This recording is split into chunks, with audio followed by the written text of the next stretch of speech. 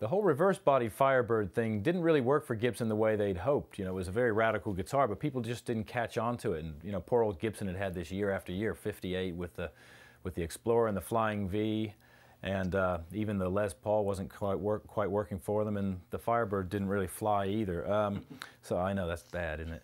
But they stuck with the model, and they just changed it in 1965, but they probably figured if this wasn't going to be a huge seller for them, it wasn't worth going to all that trouble of putting in the whole neck-through body deal. So they went to a much more standard glued-in neck, and they also flipped the body back over to what's now they call the non-reverse Firebird, which is what these have become known as post from earlier, so mid 1965.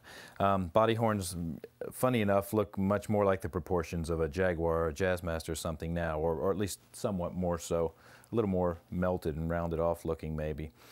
This one I've got here is a Firebird 3, and they now, on the lower models in the line, we're putting P90 pickups.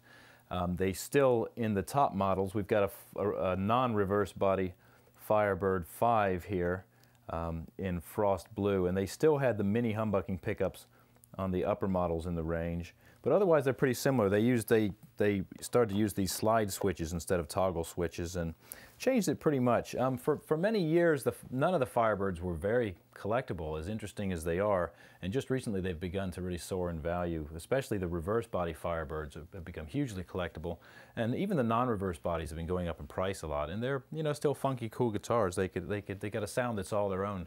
There's nothing quite like them. Carl has swapped his Firebird out for the Firebird 7 here. Why don't we play out on a little something? Okay. Blues okay? Yeah, yeah.